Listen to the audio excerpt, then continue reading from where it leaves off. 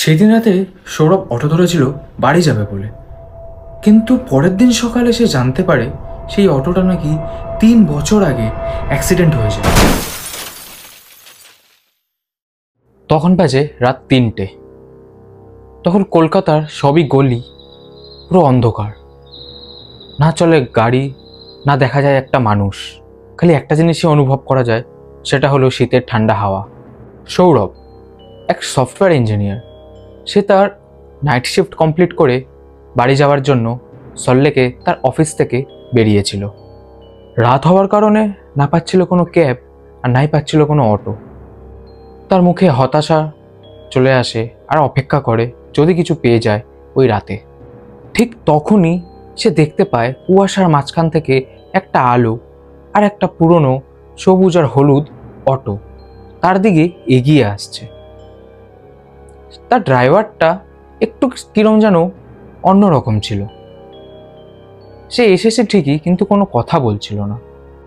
And Sourav দেখলো পিছনে আরও দুজন বসেছিল, একটা বয়স্ক লোক, একটা বয়স্ক মহিলা, কিন্তু দুজনেই চুপ। সৌরভ তখন ভাবলো, এমনি রাত অনেক হয়েছে, আর মনে এই অটোটা গেলেও কিছু পাবো না, তার থেকে ভালো যা পেয়েছি সেটাতেই উঠে পড়ি। অটোতে ওঠার পর সৌরভ কিছুটা এগিয়ে একটু কিছু বুঝতে পারলো। সে বুঝতে পারলো যে অটোতে কোনো ইঞ্জিনের সাউন্ড নেই, না আছে কোনো রেডিও, খালি আছে একদম নিস্তব্ধ। সৌরভ তার ফোনটা বার করলো। ফোনেও দেখছে কোনো নেটওয়ার্কের একটা দাগও নেই।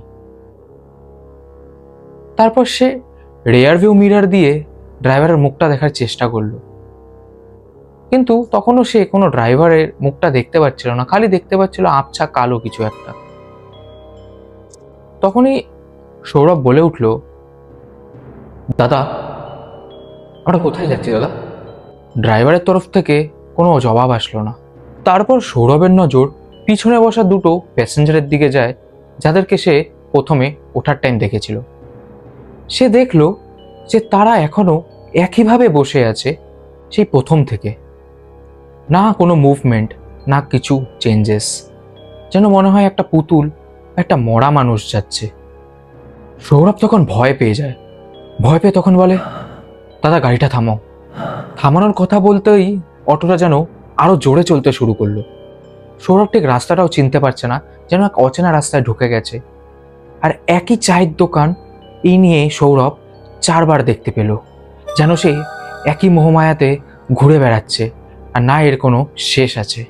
অটোটা হঠাৎ এক পুরনো কবরস্থানের পাশে গিয়ে দাঁড়ালো, যেটা পুরোটাই কুয়াশায় ঢাকা।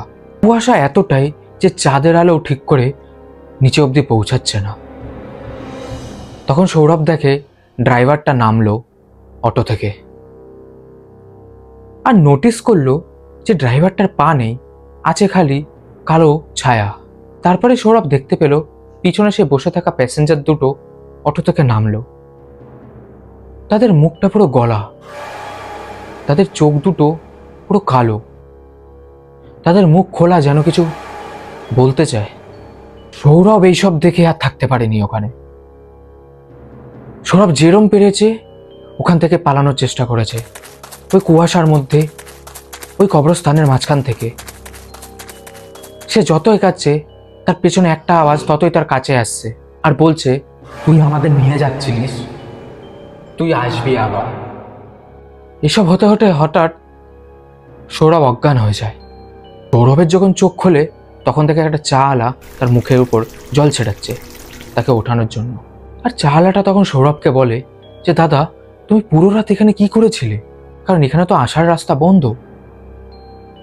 তখন সৌরভ বলল, একটা অটোতে এসেছিলাম। চা আলা ওই অটোর ব্যাপারে জানার পর বলল যে সেই অটো তো 3 বছর আগেই একটা অ্যাক্সিডেন্টে নষ্ট হয়ে যায়।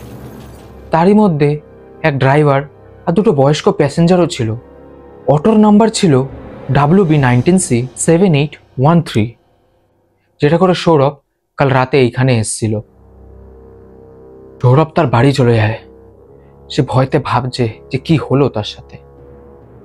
সে ভাবলো যে ও হয়তো বিপদ থেকে মুক্তি পেয়ে গেছে।